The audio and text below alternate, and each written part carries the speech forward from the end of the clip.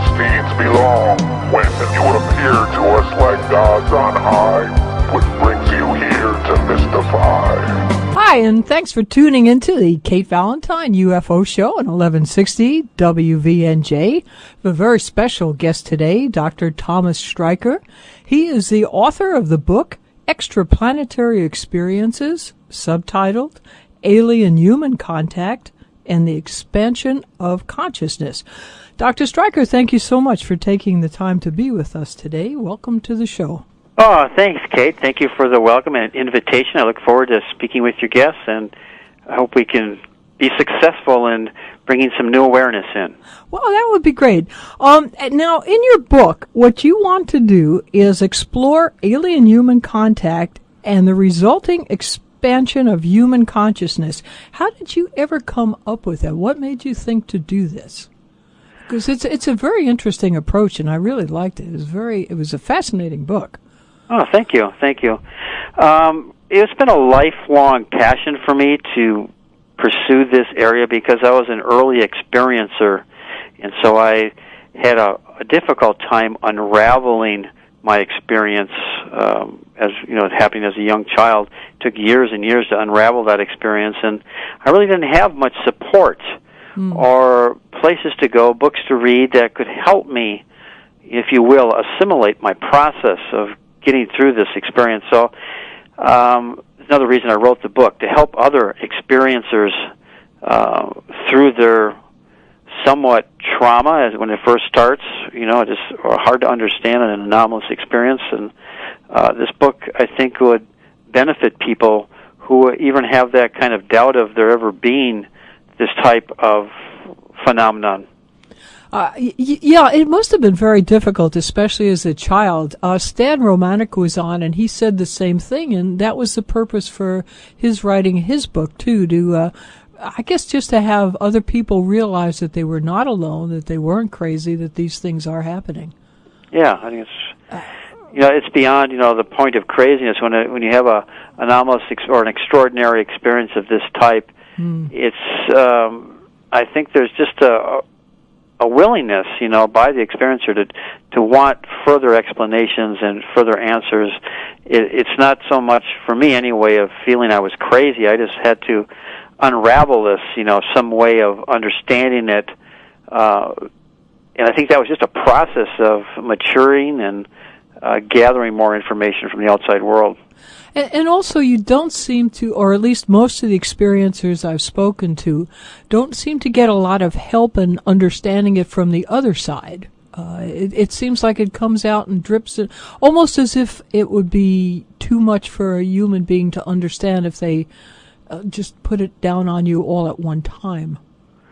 Yes, I think when you say, getting help otherwise, like from consensus reality or mainstream dominant worldview, it's just not there right now because most of those people have not had that type of experience. So it's interesting, even in the clinical aspect of psychotherapy and things like this, if the therapist is not trained in extraordinary type experiences, they have a habit of coming from their own reality, right, which of course can be very prejudicial or selective. Absolutely. Well, I think it would be interesting for the audience to know that you studied with Dr. John Mack at one time. Yes, that was a real wonderful experience. Yeah, it must have been. It had to have been. And it was a difficult, getting a hold of John because I was basically faced with an ultimatum. If I couldn't get an expert in the field to get on my dissertation committee, I couldn't do my dissertation. Oh. And so I was basically forced to find an expert because the school had nobody that could take this on. So they said, well, you find somebody that's an expert in the field and we'll let you do the dissertation here. And I said, well, who do you mean? Who's an expert to you? Wow. I said, if you could get Dr. John Mack, we'll allow you to do it here. Oh. So I pursued that for months, and I went through, at the time, John Mack was a tenured Harvard professor, Pulitzer Prize winner, world-renowned author and researcher.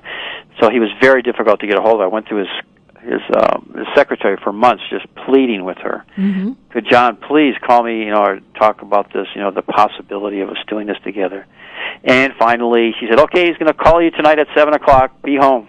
And he did. He called me at exactly 7 o'clock, and we talked, and it's all it took. I think we resonated really well together on the topic, and he knew I was serious about the topic, and he signed on immediately. He said, okay, I'll call the school, and I'll get the papers signed, and we're ready to go.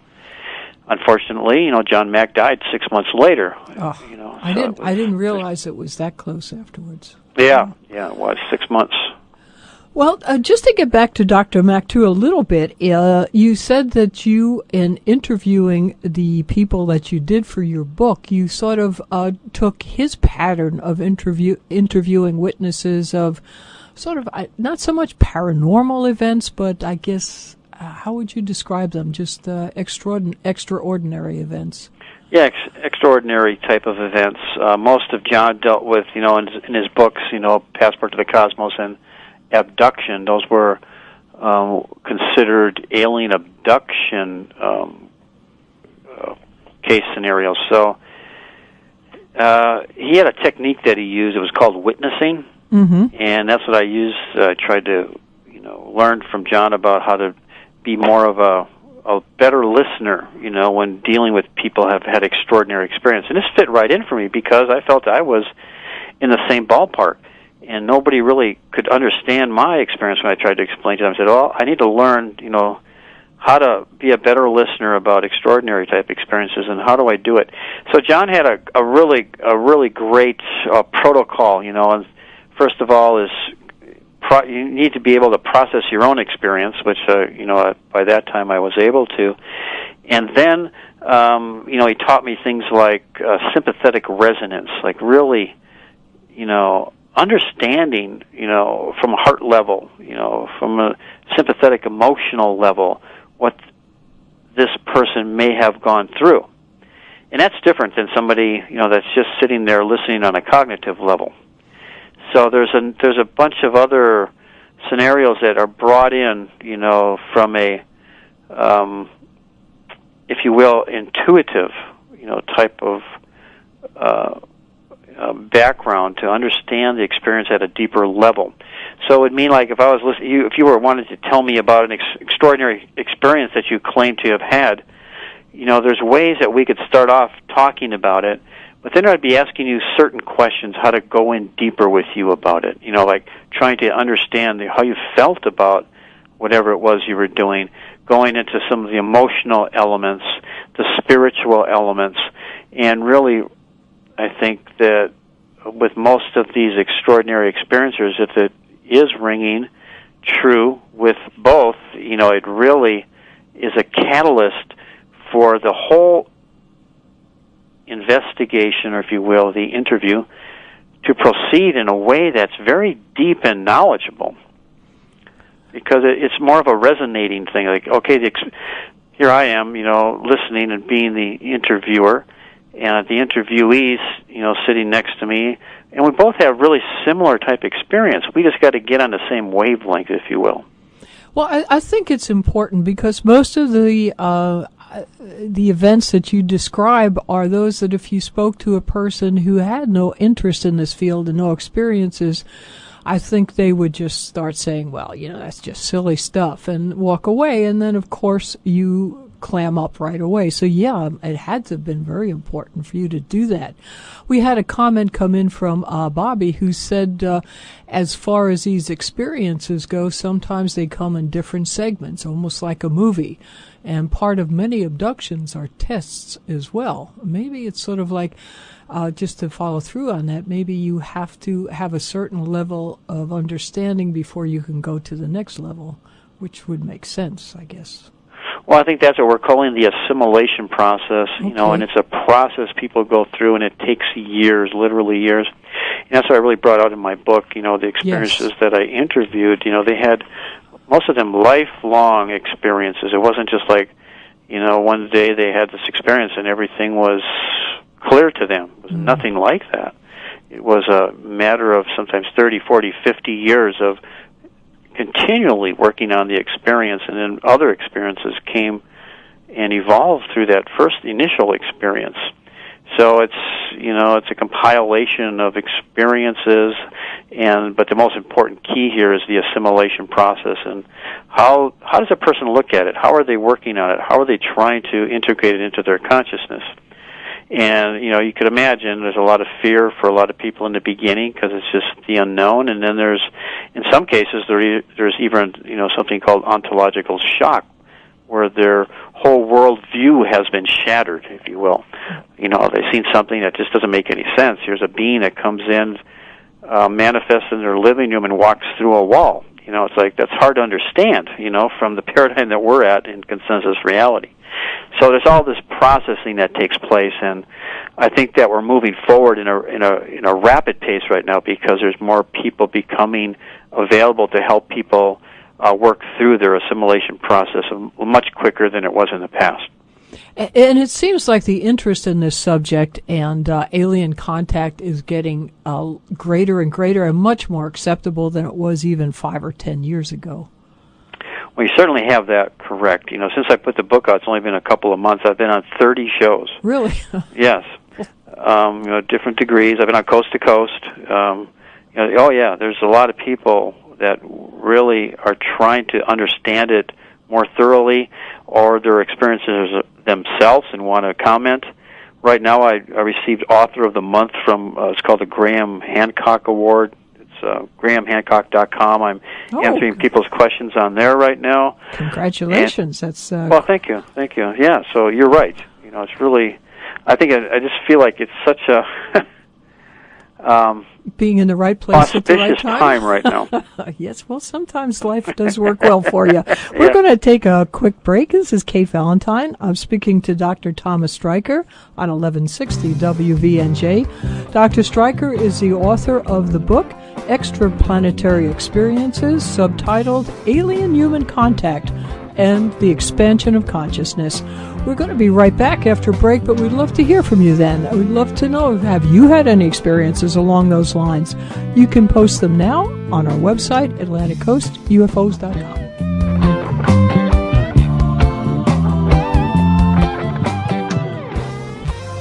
Hi, welcome back to the Kate Valentine UFO Show on 1160 WVNJ. Our guest today is Dr. Thomas Streicher. He is the author of Extraplanetary Experiences, Alien-Human Contact, and the Expansion of Consciousness. So what are your thoughts? You can post them right now on AtlanticCoastUFOs.com. Dr. Streicher, Bobby said it's interesting that his experience were all nonstop. First he sees UFOs quite a bit, then visitors, then dreams, tests, and then for about 5 months now, nothing. So it seems like that's sort of the way it goes. But getting back to your book, Extraplanetary Experiences, how did you happen to pick the 7 people that you did? And more to the point, how did you get an interview with Dr. Edgar Mitchell? He is a difficult person to have an interview with. He's rather private. Yes. Well, even more private is Ingo Swann. So both of the very first interview was with Edgar Mitchell. The last one was with the psychic and remote viewer Ingo Swann. He got so snarky in the interview, but you published it though. He does, but beyond that fact, I went out there to visit with him, and we personally had a discussion for many, many hours. So I see. He wanted to, represent himself in that way, which, not that he wanted to be disliked, but he wanted to let people know that it was a scientific experiment. Yes, he was very definite with that. But, of course, if you read any of Ingo's books, like To Kiss Earth Goodbye or Penetration, he gives a whole other account of what's going on. Mm-hmm. But in this interview, he wanted to let me know that, this was a scientific experiment. So we just let it at that. And I'm just so glad I got the interview in there into the book. So, but, yeah, Edgar Mitchell, yes, he was really open-hearted about the interview. He wanted to be a part of it right from the beginning.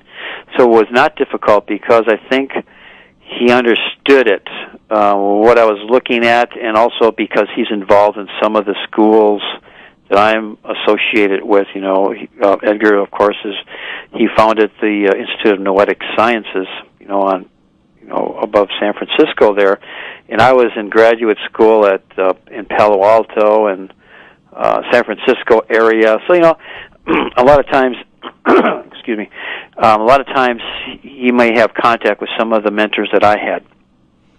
And so, yeah, he was willing to get involved in this from the get-go.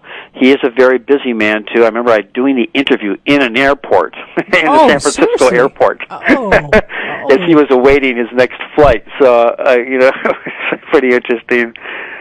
Since then, though, I talk to Dr. Mitchell quite often, and on the phone, and very nice, friendly man. So I'm really happy about that. Well, his was sort of a two-part experience, if you'd like.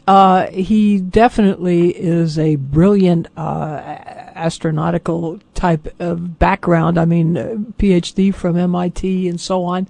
And he did a wonderful job as an astronaut. It was when he came back in his book, The Way of the Explorer, he was saying, and I remember this, he said that the shuttle or the spacecraft that he was in was rotating, and that the astronauts called it the barbecue mode because it would just keep turning. Yeah. And that's when he had his epiphany.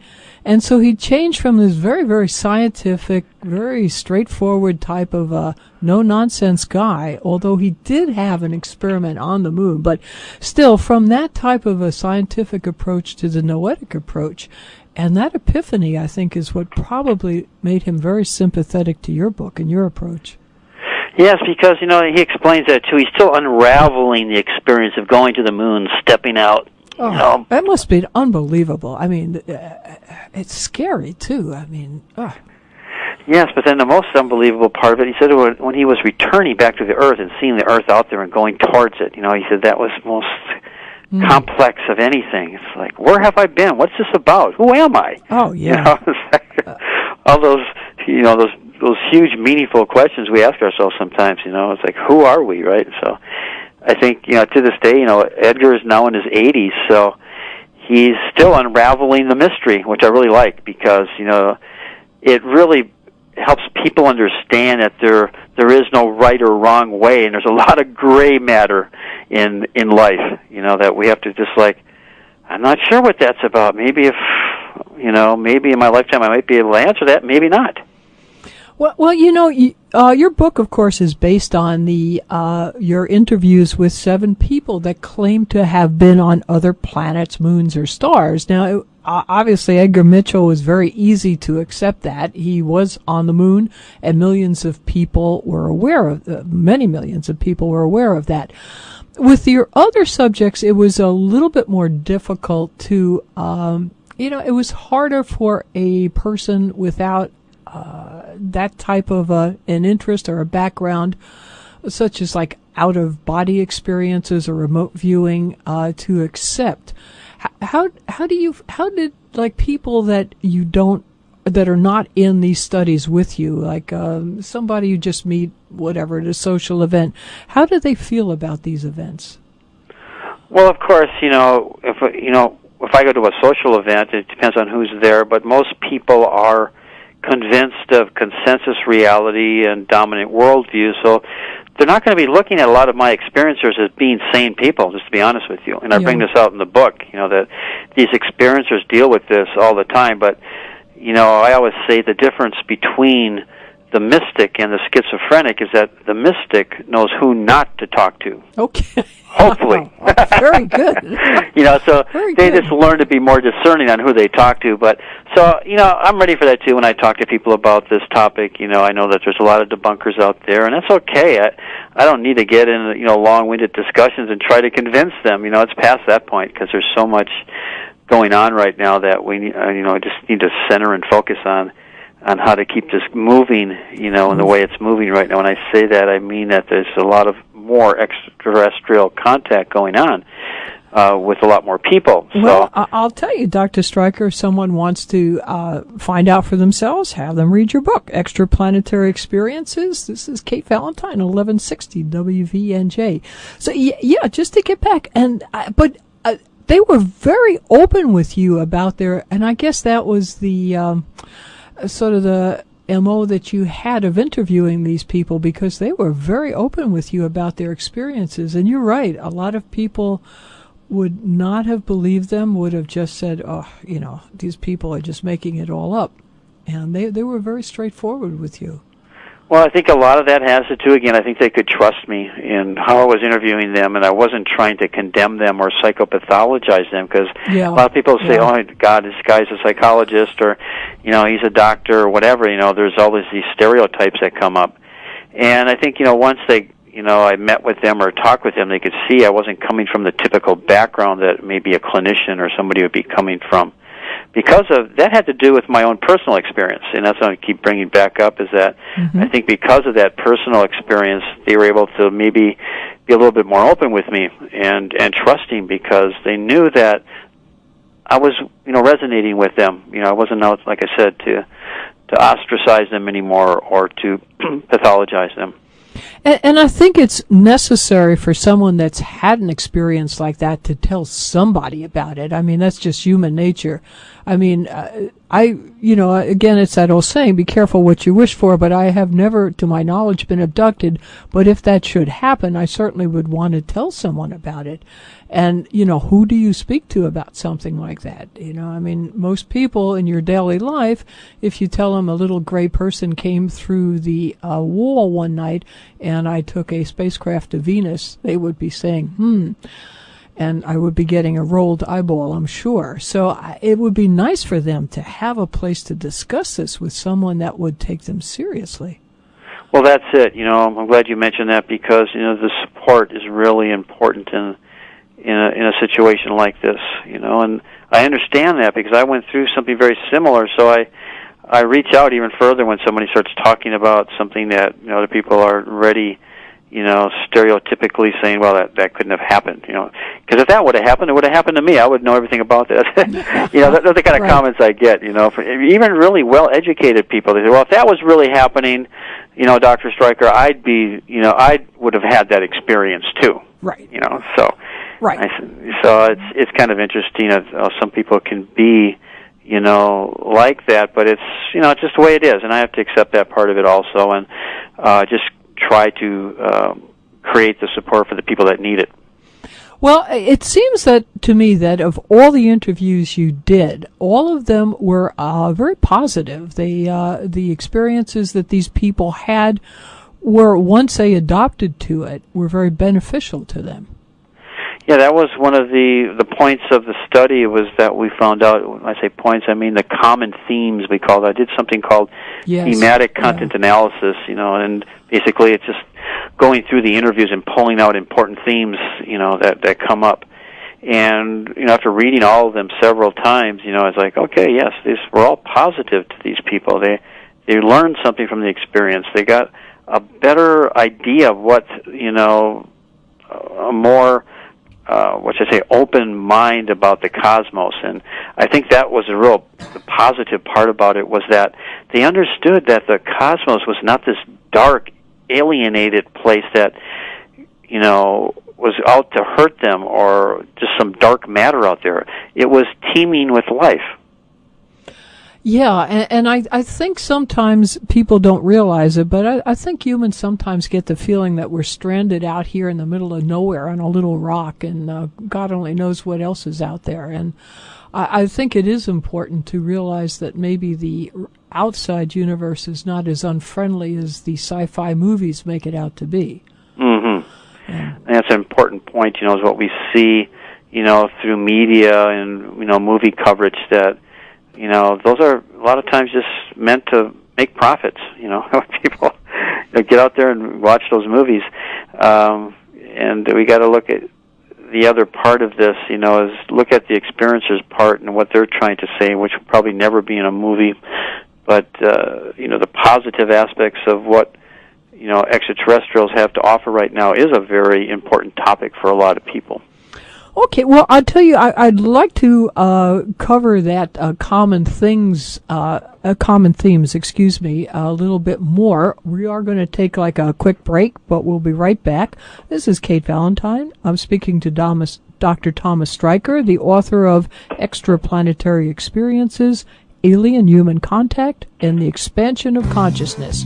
We'll be right back. We'd really love to hear what your experience are, or your views. You can post them right now on our website, AtlanticCoastUFOs.com. Be right back.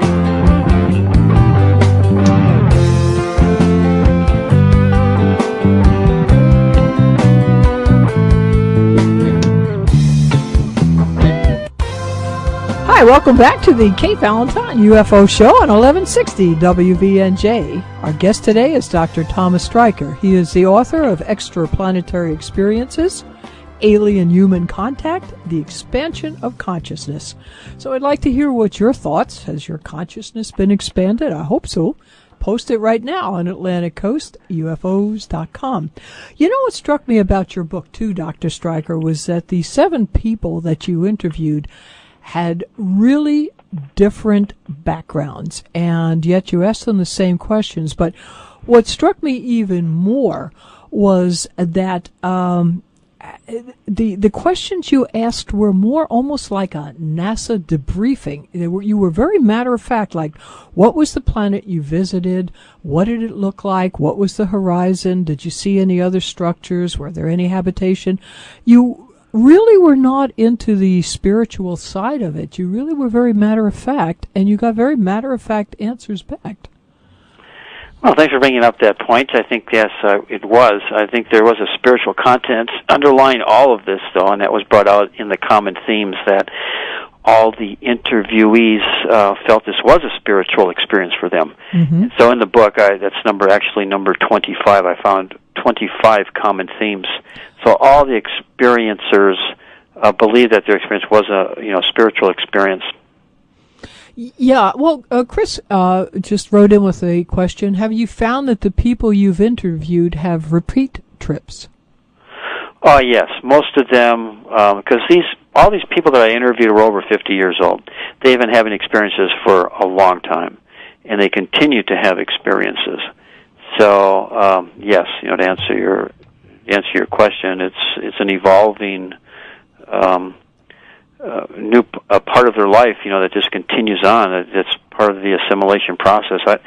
I think that these people that I mentioned in the book will continue to have experiences for as long as they want to keep having them. I mean, there is a control factor here. If they wanted to stop having them, let's say they did no longer wish to participate in a relationship they're having a relationship with an extraterrestrial, that they can stop that. Well, you said that on the common themes that their reports were all positive. All of them felt that this was a very good thing. Almost, the one fellow said he felt euphoric. Yeah. And some said ecstatic. Some would, call it an epiphany, like Edgar said, and real feeling, a marvelous experience, or glorious, and all these positive things that they said about the experience. Mm-hmm. And fear was not there. As a matter of fact, another common fear was it seemed to have removed the fear of death with these people. Yeah, after they've had time. I mean, there was fear for some of these people in the beginning because, like I said, the assimilation process was. It took some time. I think there was some fear in the beginning because it was just such an awkward experience. Mm-hmm. And I think there was some shock for some people. But after they got through it and understood it more readily, they were able to understand it more thoroughly. And after that, they said, well, gee, this taught me a lot, in the short amount of time that I had this experience. And then they started looking at it, a little bit more rationally, to the point where they understood it to be like, these people or these beings are trying to help me understand something. They looked at it more of a mentorship. And they were all quite certain that there were other intelligent beings in the universe. Definitely, that was another common theme. Yeah. Mm-hmm. It would be almost silly to think that there weren't. And Edgar Mitchell said, and I quote from your book, "Oh, I have no doubt about it. The fact is that we have been visited. The whole UFO phenomenon, we have been visited." And I think he has knowledge that the most of us are not really, do not have access to that.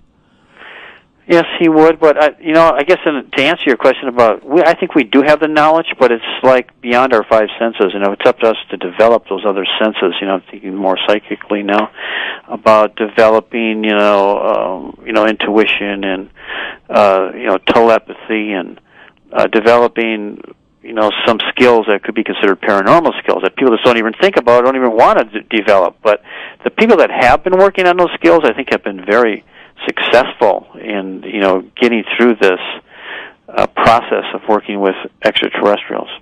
Well, I mean, look at Ingo Swann with remote viewing, and in your book you talk about his success with describing the planet Jupiter before Voyager got there. It was it was a beautiful description of the planet. Almost made you want to go there. I agree with you. And, it was such a controversial, statements that he made at the time, because that was not factual to the scientists. It's like you're going back and understand that it's a good example of how science, the history of science is more like a history of scientific revolutions. Yeah. You know what I mean by that? Yes. Right. Well, please expound. Yes, please go ahead with that. I didn't mean to. Yes, I know what you mean, but go. Or an example of that would be like, even years ago when people reported and claimed that there are rocks falling from the sky, the scientific establishment said, that's impossible, that can't be happening. It wasn't years and years later until they understood meteorites, actually do fall from the sky and land on the Earth. So Ingo Swann was, as far as I'm concerned, way ahead of his time, too, in a lot of things he did. And I think he just stuck with it. And, he's so tenacious that they just stuck with him, too, into the sense that, okay, we're going to investigate this guy. And that's why he likes people to know it was a scientific experiment. But again, it was a, how would you say, it was a talent that many people, I think, can develop, and I think what stops them from doing it is thinking that they can't. Because there are, if I'm correct, I may be wrong, remote viewing classes that you can take that will help you develop that talent. That's true. Yeah, it's very true. And there's classes available through different schools, and you can get involved in other ways too. But yes, there's ways of developing your psychic abilities. Everybody has them. And they have it to different degrees. I mean, you can certainly take musical lessons, but some of us go on to be great performers, and others just sort of pound out chopsticks the rest of our life. And it was true. Same with the psychic abilities. And a friend of mine is very good at remote viewing, and I certainly am not. And but I do think that there is a lot of ability there that we have been told we don't have, and so we figure, oh, okay, we don't have it. We never try to develop it. Well, here again, I think we're left with that portion of consensus reality and dominant worldview. And a lot of people feel really safe and secure in there. And they say, well, why do I want to go out of the box? I feel so good in this box because everybody feels and thinks the same. And it takes a step, to opening the door a crack and saying, well, maybe there is something outside this box that's worthy of my investigating. So there's some fear involved in that, okay, of leaving the if you will, the warm tippet pond. Oh, absolutely. Well, again, if I might quote from your book, Ingo Swann had a great saying. He said, you asked him, how do you think the experiment of describing Jupiter affected you? And again, he said, not very much. Which is, yeah. I mean, I don't know, but anyway. And then he went on to say, when you get too far outside of other people's reality boxes, they don't even know what you're talking about. And they're probably not interested either. And I thought, wow, okay. But he seemed to be so, like Edgar Mitchell is, he is just so vitally interested in what he wants to say to other people. And Ingo Swann is sort of like, look, this is what it is, and you can take it or leave it. So you've interviewed some very different people. Very difficult people to interview also. They're, both Edgar and Ingo now are about 80 years old, so they don't want to be doing a lot of this anymore. Yeah. Especially Ingo, he just wants to be left alone now. He doesn't really want to do any more interviews. And I was really fortunate to be able to do this one with him.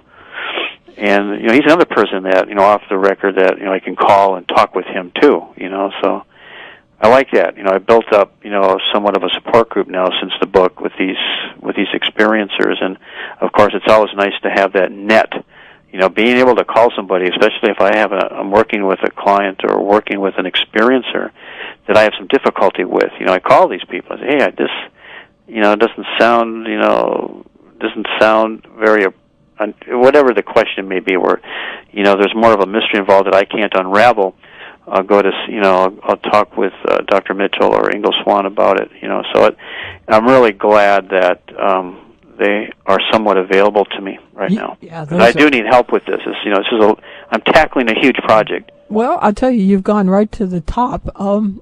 We have two interesting questions come in. Dale said, "Are these people being taken on a mental trip, or do they believe they are actually physically on another planet? And if physically, how long are they gone? And here's a good question. How did they get there that fast?" Right. Okay. Which one do you want me to answer? All of them? All of them. Okay. How do you get there so fast? Well, here again, we're left with, how a person looks at life. Now, there's ways of immediate travel, such as telepathy. It's almost like snap of the finger, and it can travel what we think are billions of miles. Now, how does that work, right? That's, to us, in a lot of ways, it's not possible because we're used to using telephones and radio transmissions. So it's a little bit different, when you think this way. It's understanding that there's a possibility of immediate connection and immediate transference when we get on a certain level, a certain psychic level. Okay. Well, do they think they're actually physically there, do you think, or is it sort of a mental trip, I guess, for better... Oh, okay, sure. Well, there's been different accounts for different people. Some, are saying they're going there more etherically and spirit-wise. Okay, an out-of-body experience, you're not taking your body, you're taking a part of, if you will, a part of your mind with you, okay? It's not to say that's not happening, but to some people that's not considered a physical form. Yeah, so the out-of-body experience is just like what it says. You're not taking the body. And this comes down to all sorts of other problems for people, because a lot of people do not believe that a part of the human body could exist past death, let's say. That's the end for some people. But there's other people that believe that, no, there's a part of us that lives on after death, either it be the soul, the mind, consciousness. There's different names for it. So we have to understand different concepts, that haven't been explored so readily in the past. And I think that's where some of this real doubting and debunking comes into, because people just can't understand it. Well, I think, for the most of us, we need something to hang our hat on. And Bob Schroeder was on. He was talking about something called the bulk, which is like a space between two universes. And when you go in there, you can then come out anywhere you want, and you can travel to something like Alpha Centauri in a blink of an eye. And, that may or may not be true, but at least for the most of us, it gives us a little bit of a basis to try to understand anyway. And maybe that's the wrong approach, but anyway, I'm sorry, we have to take another short break. Sorry. Okay. Kate Valentine here, speaking to Dr. Thomas Streicher about his book, Extraplanetary Experiences, Alien-Human Contact, and the Expansion of Consciousness. We're on 1160 WVNJ. We want to hear from you. Please post your comments now on our website, AtlanticCoastUFOs.com. We'll be right back after a short break.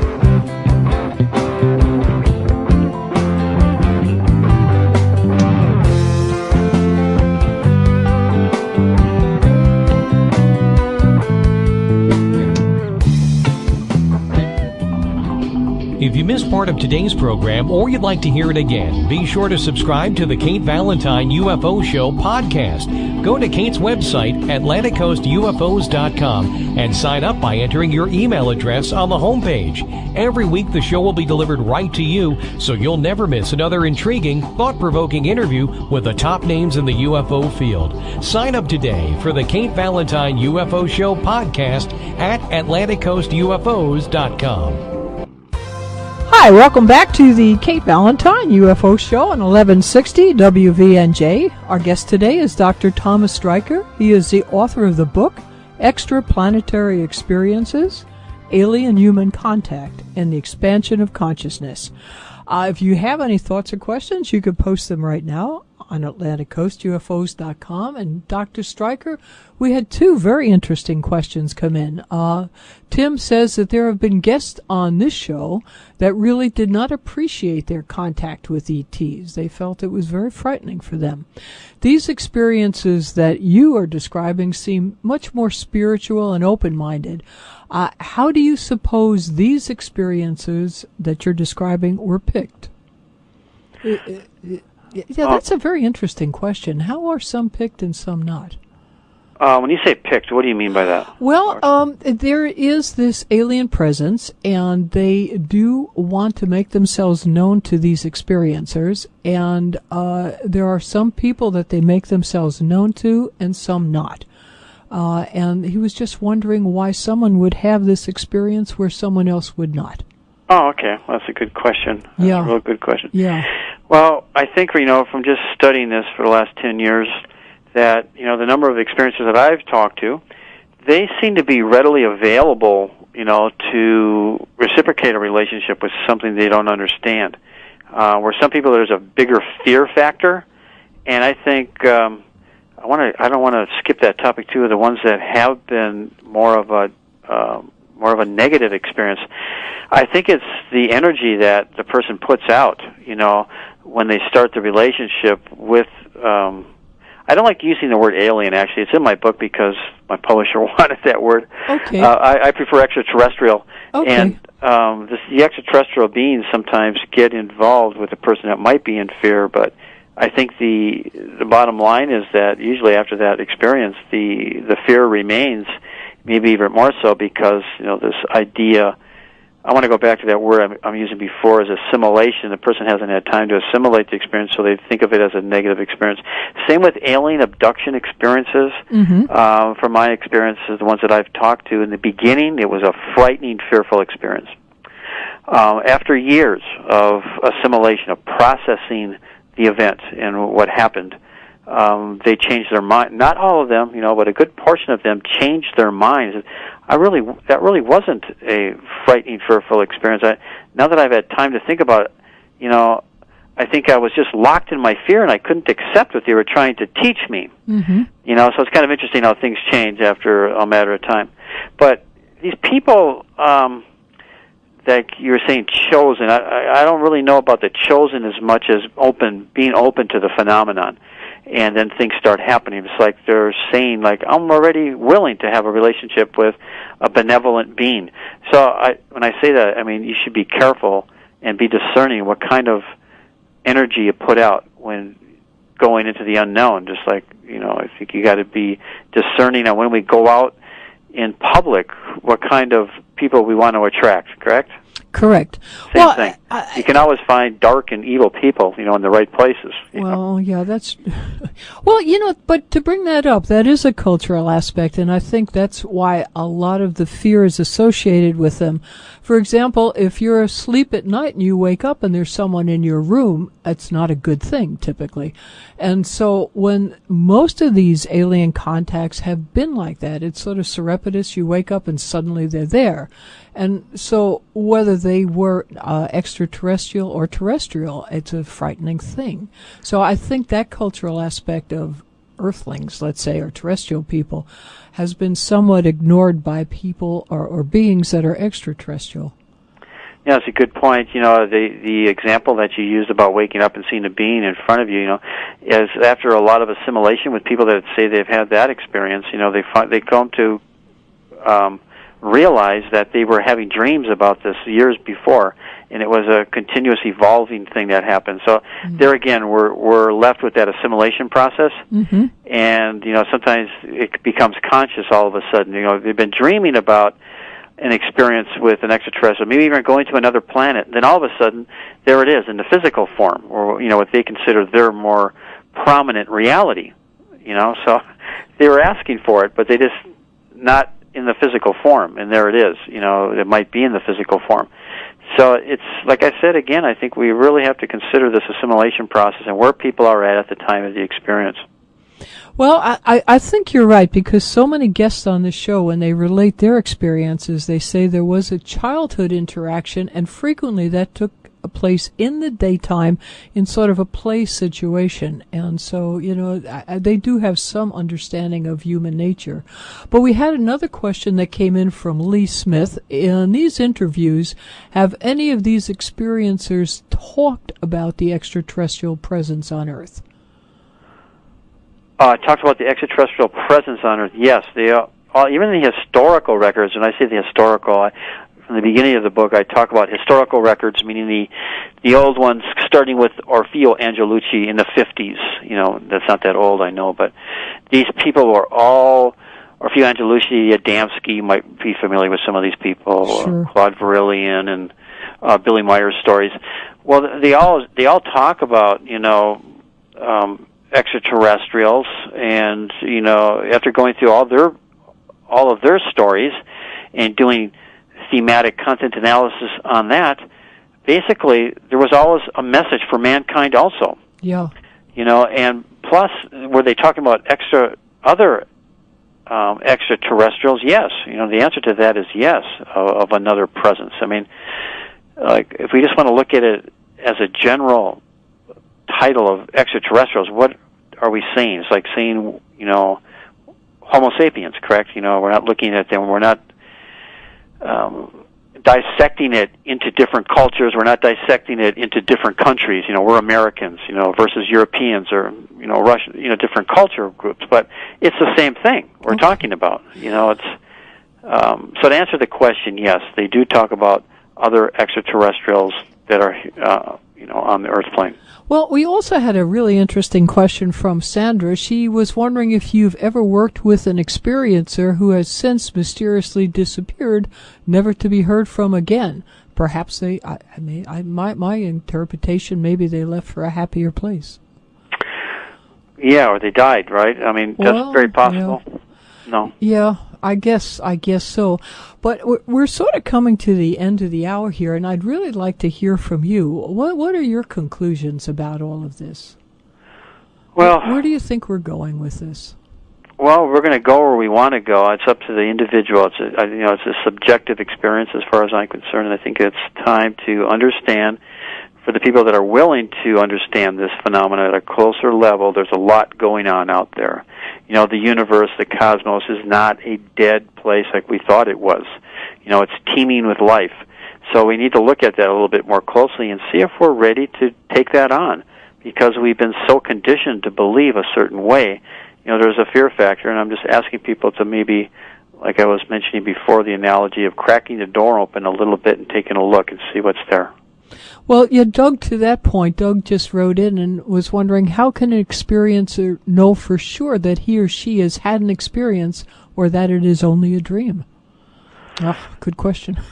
Yeah, sometimes people say, well, we're living in a dream, Yeah. In the Matrix, right? there's differences, I think, between, on a daily level. When you start getting, with the assimilation process, it's just like, if you stay with it, the answers to your questions will come. The answer to that question, if it's a dream or not, will be superimposed by another event. In other words, over time, you realize the reality of it.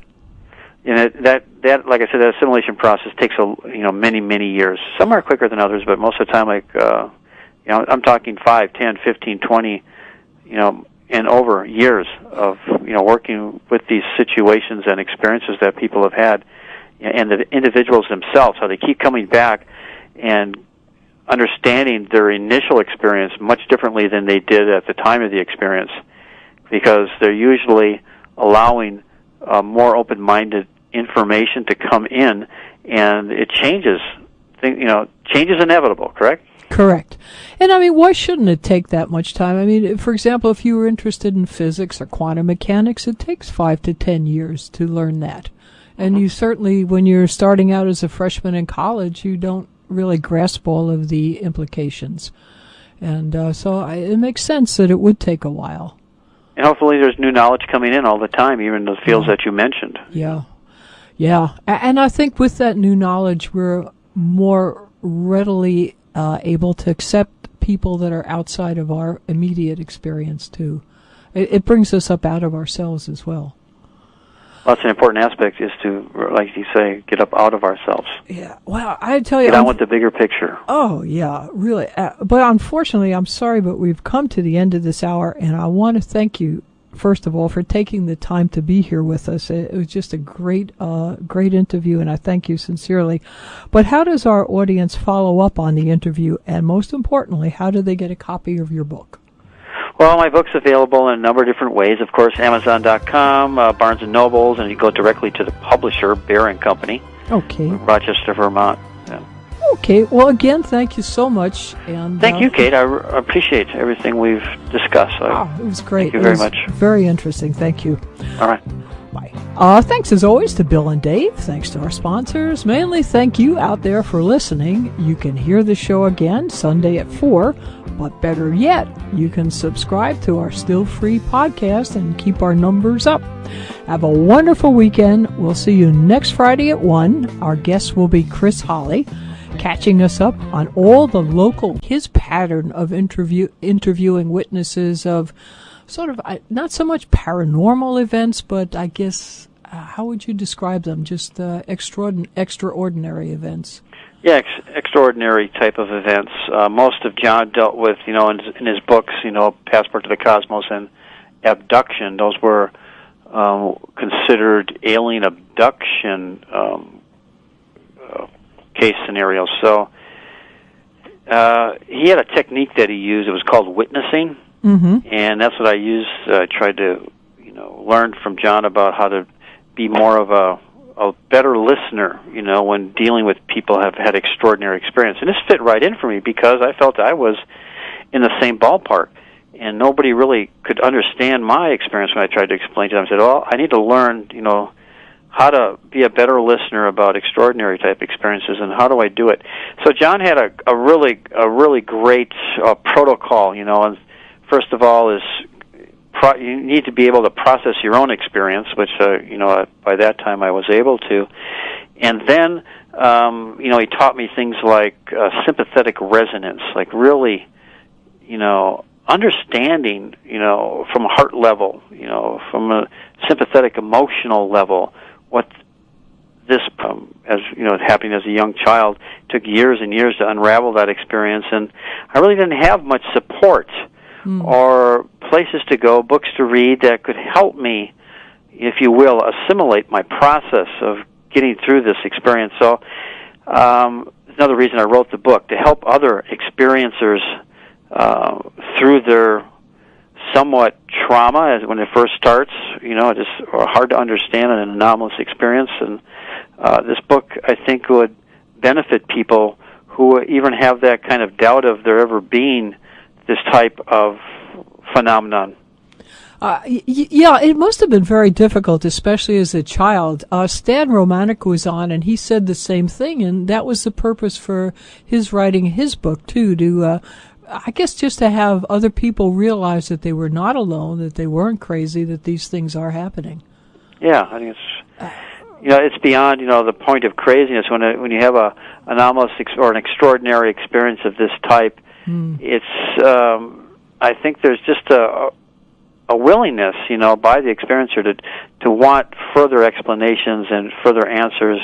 It's not so much, for me anyway, of feeling I was crazy. I just had to unravel this, some way of understanding it. I couldn't do my dissertation. And so I was basically forced to find an expert because the school had nobody that could take this on. So they said, well, you find somebody that's an expert in the field and we'll let you do the dissertation here. And I said, well, who do you mean? Who's an expert to you? Wow. I said, if you could get Dr. John Mack, we'll allow you to do it here. So I pursued that for months, and I went through, at the time, John Mack was a tenured Harvard professor, Pulitzer Prize winner, world-renowned author and researcher. So he was very difficult to get a hold of. I went through his secretary for months, just pleading with her. Could John please call me, or talk about this, the possibility of us doing this together. And finally, she said, okay, he's going to call you tonight at 7 o'clock. Be home. And he did. He called me at exactly 7 o'clock, and we talked, and it's all it took. I think we resonated really well together on the topic. and he knew I was serious about the topic, and he signed on immediately. He said, "Okay, I'll call the school and I'll get the papers signed, and we're ready to go." Unfortunately, John Mack died 6 months later. Oh, I didn't realize it was that close afterwards. Yeah, it was 6 months. Well, just to get back to Dr. Mack too a little bit, you said that you, in interviewing the people that you did for your book, you sort of took Mighty phantoms of the evening sky, to whom do these celestial steeds belong? When you would appear to us like gods on high, what brings you here to mystify? Hi, and thanks for tuning into the Kate Valentine UFO Show on 1160 WVNJ. A very special guest today, Dr. Thomas Streicher. He is the author of the book Extraplanetary Experiences, subtitled Alien-Human Contact and the Expansion of Consciousness. Dr. Streicher, thank you so much for taking the time to be with us today. Welcome to the show. Oh, thanks, Kate. Thank you for the welcome and invitation. I look forward to speaking with your guests, and I hope we can be successful in bringing some new awareness in. Well, that would be great. Now, in your book, what you want to do is explore alien-human contact and the resulting expansion of human consciousness. How did you ever come up with that? What made you think to do this? Because it's a very interesting approach, and I really liked it. It was a fascinating book. Oh, thank you. It's been a lifelong passion for me to pursue this area because I was an early experiencer, and so I had a difficult time unraveling my experience. And I think that was just a process of maturing and gathering more information from the outside world. And also, you don't seem to, or at least most of the experiencers I've spoken to, don't seem to get a lot of help in understanding it from the other side. It seems like it comes out and drips in, almost as if it would be too much for a human being to understand if they just put it down on you all at one time. Yes, I think when you say, getting help otherwise, like from consensus reality or mainstream dominant worldview, it's just not there right now because most of those people have not had that type of experience. So it's interesting, even in the clinical aspect of psychotherapy and things like this, if the therapist is not trained in extraordinary type experiences, they have a habit of coming from their own reality, right, which of course can be very prejudicial or selective. Absolutely. Well, I think it would be interesting for the audience to know that you studied with Dr. John Mack at one time. Yes, that was a real wonderful experience. Yeah, it must have been. It had to have been. And it was a difficult, getting a hold of John because I was basically faced with an ultimatum. If I couldn't get an expert in the field to get on my dissertation committee,